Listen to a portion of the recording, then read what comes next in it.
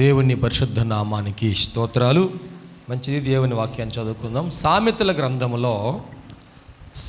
గ్రంథములో 8వ అధ్యాయము 32వ వచనం నుండి మనం చదువుకుందాం. కావున పిల్లలారా, నా మాట ఆలకించుడి, నా మార్గములను అనుసరించు వారు ధన్యులు. ఉపదేశమును నిరాకరింపక దాన్ని అవలంబించి జ్ఞానులయుండుడి.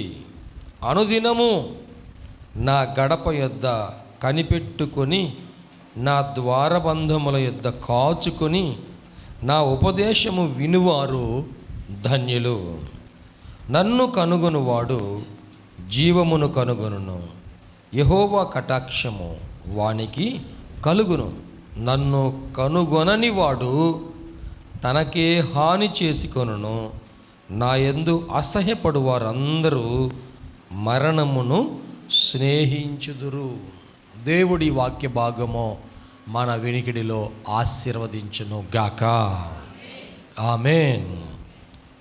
ఈ చదివిన వాక్య భాగంలో 34వ వచనం చూడండి. అనుదినము నా గడప యొద్ద కనిపెట్టుకొని, నా ద్వారబంధముల యొద్ద కాచుకొని, నా ఉపదేశము వినువారు ధన్యులు. నా ఉపదేశము వినువారు ధన్యులు. ప్రభునందు ప్రియమైన దేవుని బిడ్డలారా, అనుదినము మనలను సృష్టించినటువంటి దేవుడు, మనల్ని నడిపిస్తున్నటువంటి దేవుడు, ఆయన కోరుకుంటుంది ఏంటంటే, అనుదినము కూడా మీరు నా మాటలు వినండి. అనుదినము నా మాటలు వినండి. ఉదయము నేనంట అనుదినము కూడాను ఆయన గడప యొద్ద కనిపెట్టుకోవాలి. ఆయన ద్వారబంధముల యొద్ద కాచుకొని కూర్చోవాలంట. మనం దేనికోసం? ఆయన ఉపదేశము వినుట కోసం. ఆయన ఉపదేశము వినుట కొరకు. ప్రతి దేవుని బిడ్డలారా, మనము నిద్ర లేవడంతోనే అనుదినము ఏం చేస్తున్నాము? ఏమండి? నిద్ర లేవగానే అనుదినము దేవుని మందిరంలో నిజమే చెప్పాలి కదా. నిద్ర లేవడంతోనే అనుదినము మనం ఏం చేస్తున్నాం? మనం అనుదినము కూడాను మన యొక్క పని పాటల వలన, ఒత్తిడిల వలన నిద్ర లేవడంతోనే టైం చూస్తున్నాం కదా. ఎంత అయింది టైం? ఈ టైం చూసి ఇక మన ప్లానింగ్ అంతా స్టార్ట్ చేస్తాం. పిల్లలు నిద్ర లేవడంతోనే టైం చూడంగానే ఇక ఉరుకులు పరుగుల మీద ఏం చేస్తున్నారు? స్కూల్ టైం ఏ టైము, కాలేజ్ టైం ఏ టైము, స్కూల్కి వెళ్ళేవాళ్ళు, కాలేజీకి వెళ్ళేవాళ్ళు, అలాగే పనులకు వెళ్ళేవాళ్ళు, అలాగనే వ్యాపారాలకు వెళ్ళేవారు, ఉద్యోగాలకు వెళ్ళేవారు, అందరు కూడా నిద్ర లేచేసరికి రాత్రి పడుకునేటప్పుడు ఏం చేస్తున్నారు? టైం చూడట్లా. పడుకునే పోయే ముందు టైం చూడట్లా. ఏం చూసుకుంటున్నారు? ఫోన్ చూసేవాళ్ళు ఫోన్ చూస్తున్నారంట, టీవీ చూసేవాళ్ళు టీవీ చూస్తున్నారంట, పరలోకం చూసేవాళ్ళు పరలోకం చూస్తున్నారు. అప్పుడు టైం చూడట్లేదు, కానీ నిద్ర లేవడంతోనే టైం అయిపోతుంది. ఏం టైం అయిపోతుందంటే, దేవుని మాటలు వినగలిగినంత టైం మనకి లేకపోయింది. అందువలన మనం ఏం చేస్తున్నామంటే, మన పనుల మీద మనం పరుగులు తీస్తూ ఉన్నాం. అందువల్ల మనకి ఏం కలుగుతుంది అంటే, మనము అనుదినము కూడాను మన పనుల కోసం పరిగెత్తి చివరికి అక్కడ అపజయం ఎదురైనప్పుడు ఒక్కసారి తల పైకెత్తి ప్రభువా అని దేవుని వైపు చూస్తూ ఉన్నాం. ఏదో ప్రయత్నం చేస్తున్నాం కానీ చివరికి మన ప్రయత్నాలు సఫలం కానప్పుడు మరలా పైకి చూస్తున్నాం. ప్రభు ఏమంటున్నాడంటే, అదే మొట్టమొదట పొద్దున్నే నిద్ర లేవగానే నీవు చూస్తే నీవు నా మాట వింటావు. దేవునికి మహిమ కలుగును గాక. ఉదయమునే అనుదినము ఆయన గడప యొద్ద మనము కనిపెట్టుకొనుట, ఆయన ద్వారబంధముల యొద్ద కాచుకొనుట అనేది మనము నేర్చుకోవాలి. అనుదినము కూడా మనం పెందల కడనే నిద్రపోయి పెందల కడ నిద్రలేస్తే ఆరోగ్యానికి కూడా చాలా మంచిది. పెందల కడనే పడుకొని పెందల కడ వేకువ జామునే లేచి దావీదు గారు ఏమన్నారండి? నేను వేకువని నిన్ను వెదకెదరు. అంటే అర్థం ఏంటంటే, మొట్టమొదట నిన్నే నేను వెతుకుతాను ప్రభు. మొట్టమొదట నీ మాటలు నేను వింటానయ్యా. మొట్టమొదట నిన్నే నేను చూస్తాను. మొట్టమొదట నీ సహాయం నేను కోరుకుంటున్నాను. చాలామంది లోకములో అనేక రకాలుగా సహాయం కోరుకొని అన్నీ ఫెయిల్ అయిన తర్వాత అప్పుడు ప్రభువా నీ సహాయం నాకు దయచేయను ఆయన అని దేవుని దగ్గరికి తిరిగి వస్తున్నారు. పేతురు గారు కనుక రాత్రి అంతా వల వేసినట్లుగా మనం పగలంతా వల వేస్తున్నాం, పగలంతా పని చేస్తున్నాం, పగలంతా ప్రయాసపడుతున్నాం, కానీ సఫలం కానప్పుడు మరలా ప్రభువా అని చెప్పేసి వచ్చేస్తా ఉన్నాం. గమనించండి, అనుదినము మనము ఆయన పాదముల యొద్ద కనిపెట్టుకోవాలి.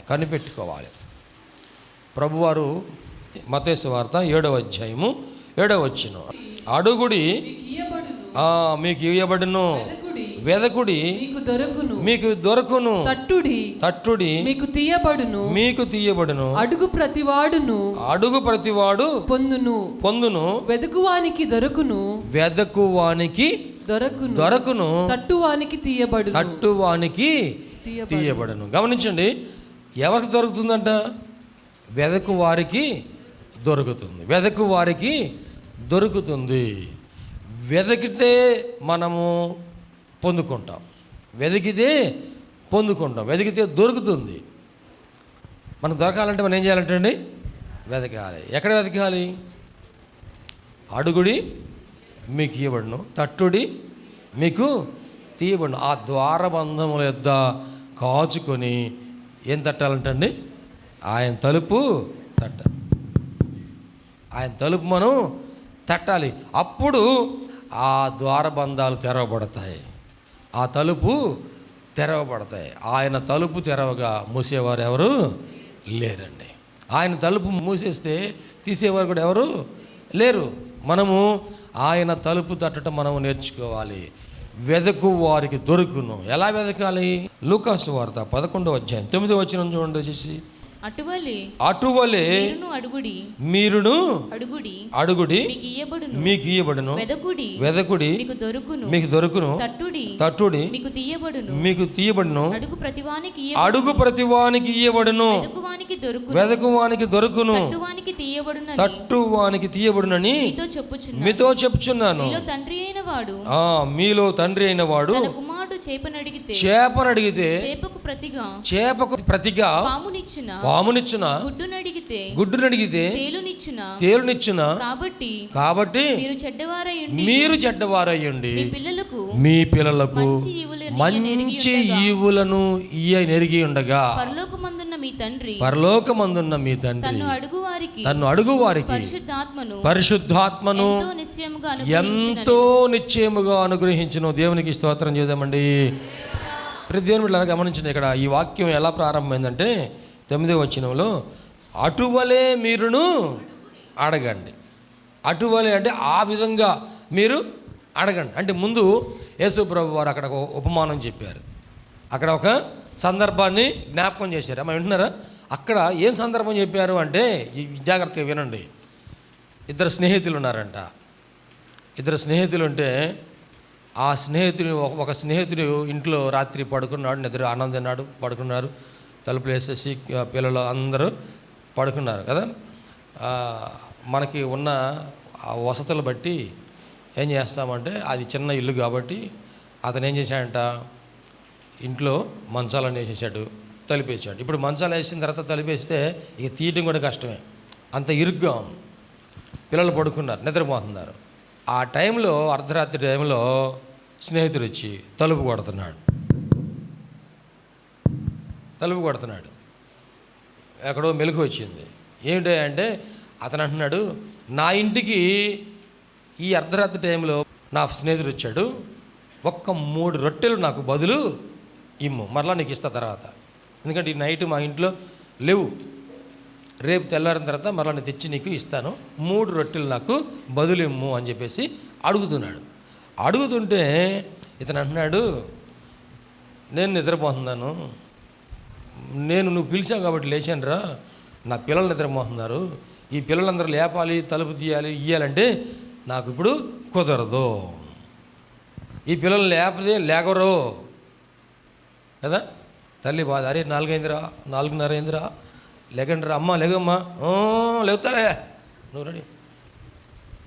ఇప్పుడు లేకరు వాళ్ళకి నేను ఇప్పుడు నీకు ఇవ్వలేను అంటే వాడు ఏం చేస్తున్నాడంట, మళ్ళీ బయట ఉండి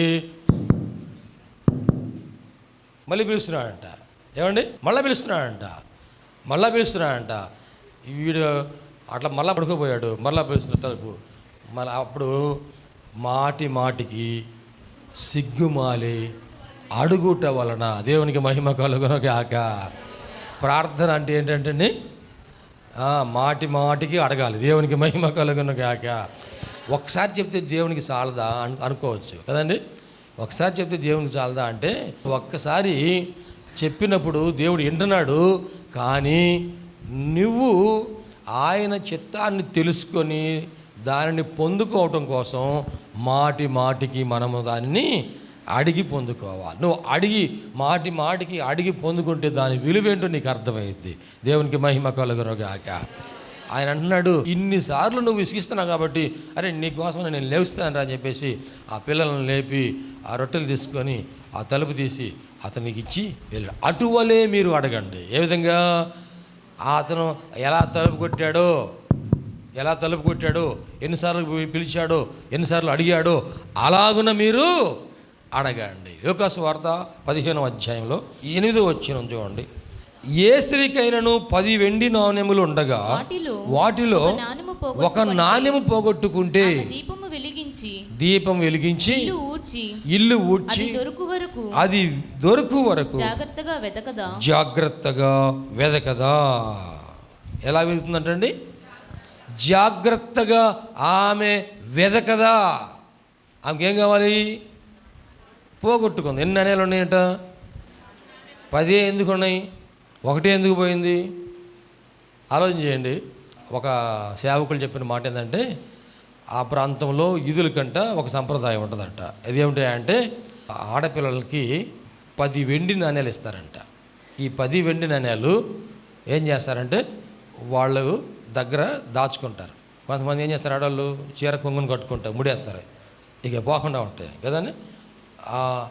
ఎట్లాగో 3 ఊడిపోయింది, పోయింది. అన్ని పోయినాయా? 1 పోయింది. వాళ్ళకంట వివాహం వయసు వచ్చే వరకు ఆ 10 వెండి నాణ్యాలు దాచిపెట్టాలంట. వివాహం అయిన తర్వాత తన భర్త గారికి ఆ 10 వెండి నాణ్యాలు ఆమె ఇవ్వాలంట. ఒకవేళ వివాహం అయ్యే లోపుగా ఈ యవనస్తురాలు ఏదన్నా పొరపాటు చేసి పాపంలో పట్టుబడితే దానికి శిక్షగా ఆ 10 వెండి నాణ్యాల్లో 1 వెండి నాణ్యము అక్కడ ఫైన్ కట్టాలన్నమాట.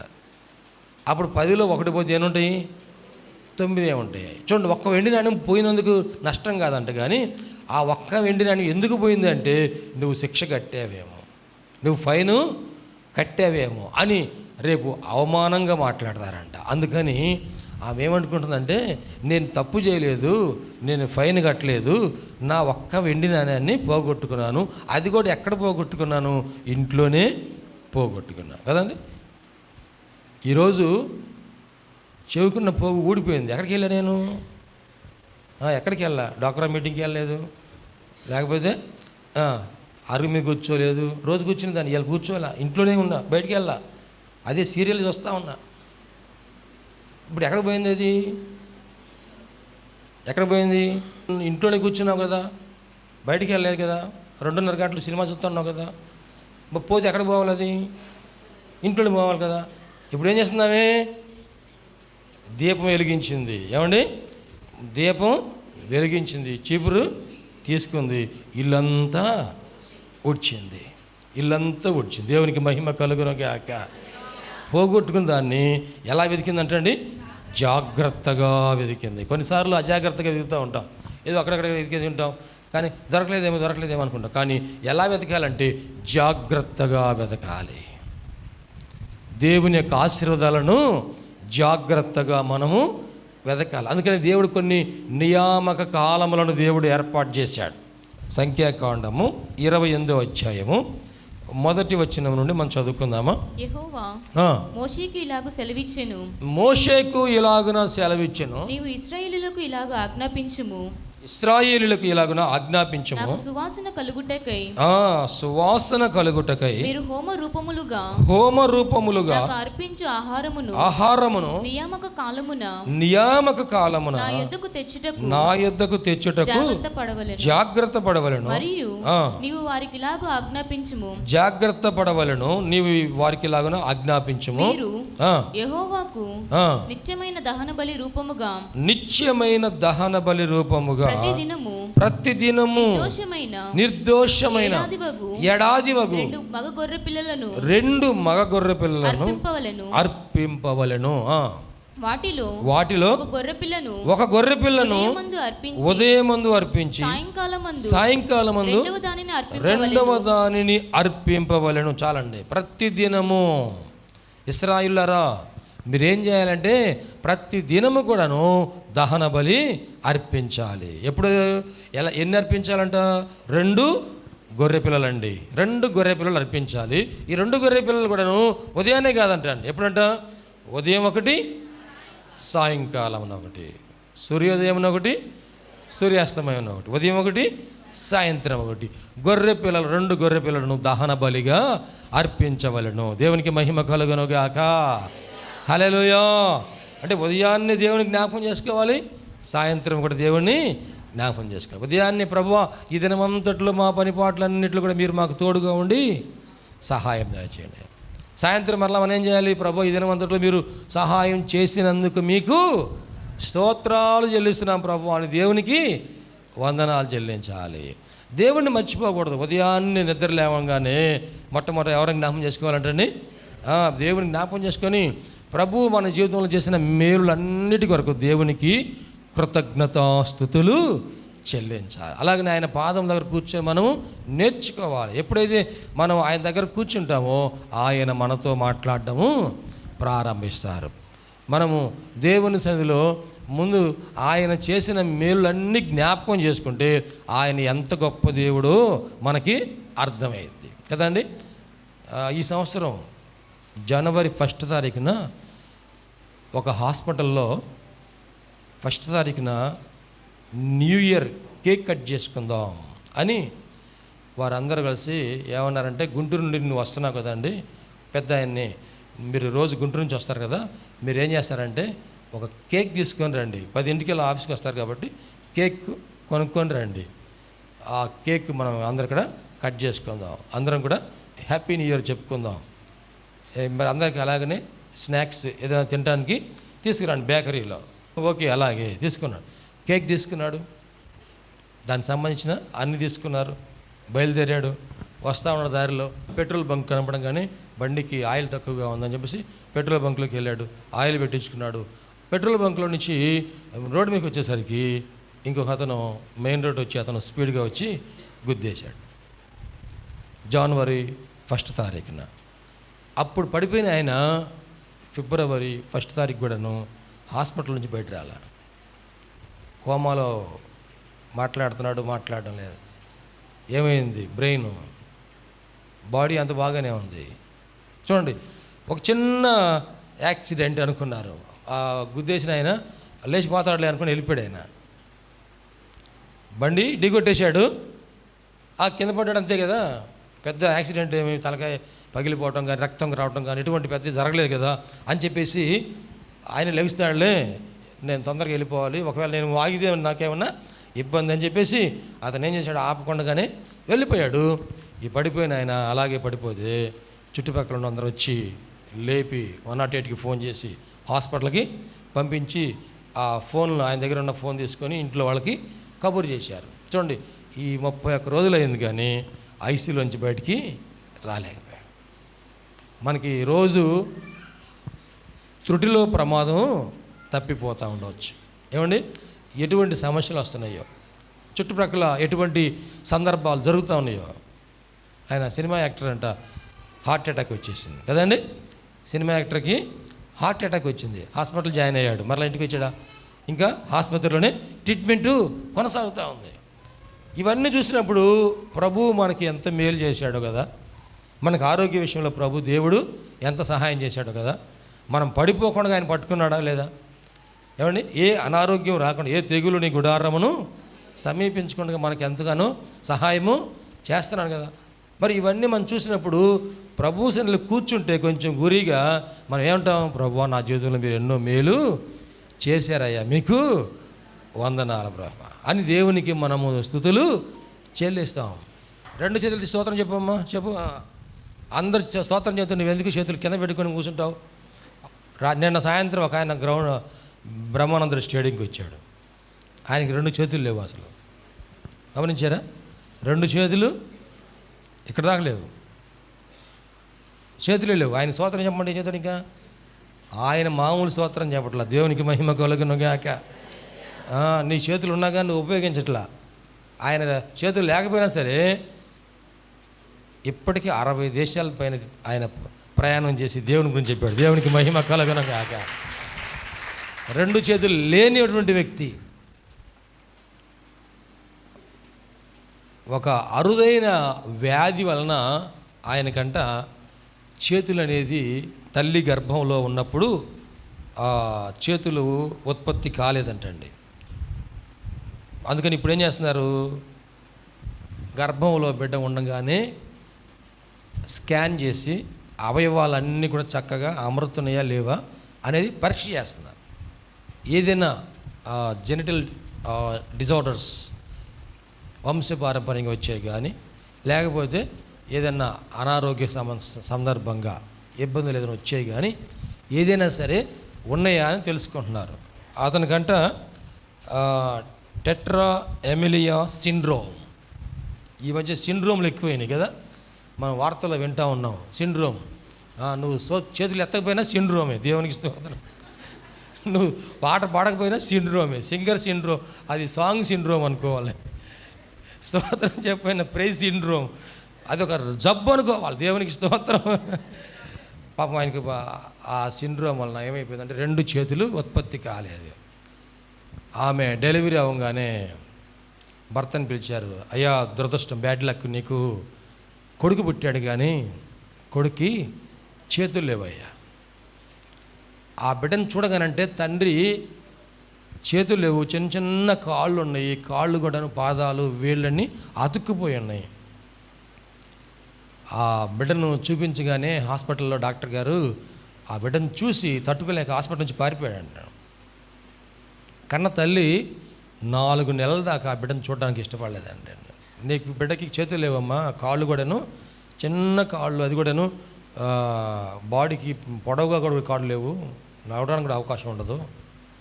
ఈ బిడ్డను మరి నువ్వు పెంచుకోవాల్సిందే, బతికున్నాడు, బాగున్నాడు అని చెప్తే 4 నెలల దాకా ఆ బిడ్డని ఆమె దగ్గర తీసుకునేదంటండి. కానీ కన్నా మమకారం చొప్పున ఆ బిడ్డను తీసుకుని వెళ్ళింది. అతను ఆ బిడ్డ పెరుగుతూ ఉంటే చుట్టుపక్కల ఉన్న వాళ్ళు, చిన్నపిల్లలు అందరూ కూడా ఎగతాళి చేశారండి. చేతులు లేవు, కాళ్ళు లేవు, నడవలేడు, దొరలాడుతున్నాడు, అది ఇది ఎగతాళి చేస్తే బాగా తట్టుకోలేక డిప్రెషన్ గురయ్యి 10 సంవత్సరాల వయసులో నీళ్ళలో మునిగి చచ్చిపోదామని ప్రయత్నం చేశాడంట. కానీ ఆయన దేవుడు అది ఆ ప్రమాదం తప్పించాడు.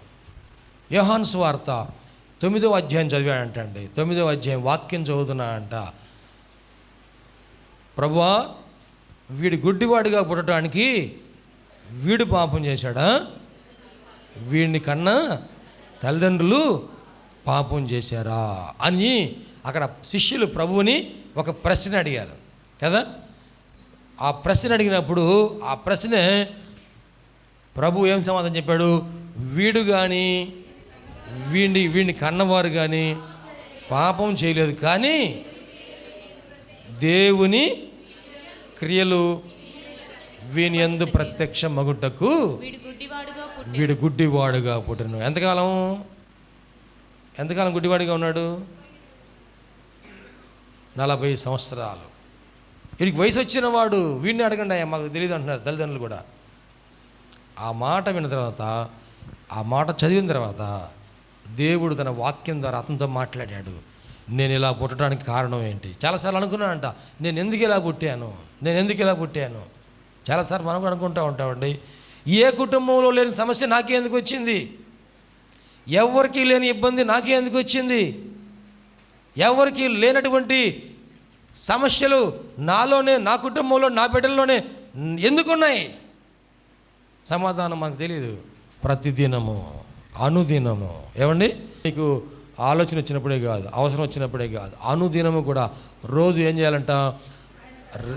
2 గొర్రె పిల్లలను దహన బలి అర్పించాలి. ఎప్పుడు? ఉదయం ఒకటి, సాయంత్రం ఒకటి. ఇది రోజు చేయవలసింది. చూడండి, తర్వాత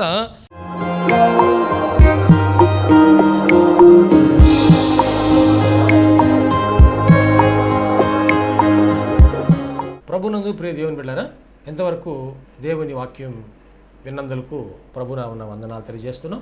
మనం అందరం ప్రార్థనలో ఏకీపిద్దాం. తలలు వంచి కనులు మూసుకొని ప్రార్థనలో ఏకీపిద్దామండి. ప్రార్థించుకుందాం. మహోన్నతుడైన దేవ, పరిశుద్ధుడైన మా ప్రభువా, నీ పరిశుద్ధమైన పాదములకు వందనాలు. ఇదిగో నాయనా, ఈ వాక్యము ద్వారా మాతో మీరు మాట్లాడినందుకు వందనాలు ప్రభువా. అవును, నువ్వు సజీవుడైన దేవుడివయ్యా, మాట్లాడే దేవుడవు ప్రభువా.